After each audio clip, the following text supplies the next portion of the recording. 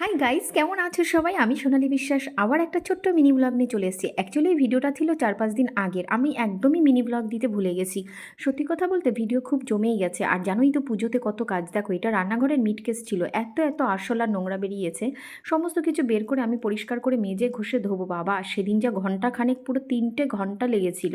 তোমাদের আমি বড় ভিডিও এই ভিডিওটা দিয়েছিলাম। আর সেই দিনই বৃষ্টি শুরু হয়েছিল, তার মধ্যেই আমি কাজকর্ম করছিলাম। কি করব বলো, পুজো আসলে তো প্রত্যেকের বাড়িতে ঝাড়পোছ শুরু হয়ে যায়। আর আমার প্রত্যেকটা কাজ কমপ্লিট, শুধু রান্নাঘর বাকি ছিল আর সেটাই আমি কমপ্লিট করেছি। পরের ভিডিওতে আর একটা ভিডিও নিয়ে আসছি আজকেই। কারণ কি এই 4 দিনে আমি একদম টাইম পাইনি, বিশ্বাস করো এতটা পরিমাণে কাজ ছিল।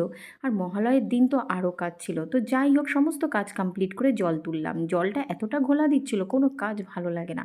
সব কিছু কমপ্লিট করে ধুয়ে মুছে পরিষ্কার করে তারপরে আমি সবগুলো শুকানোর জন্য এখানে দিয়ে দিয়েছি। কারণ জল না ঝরলে এগুলো সাজানোর কোনো মানেই হয় না।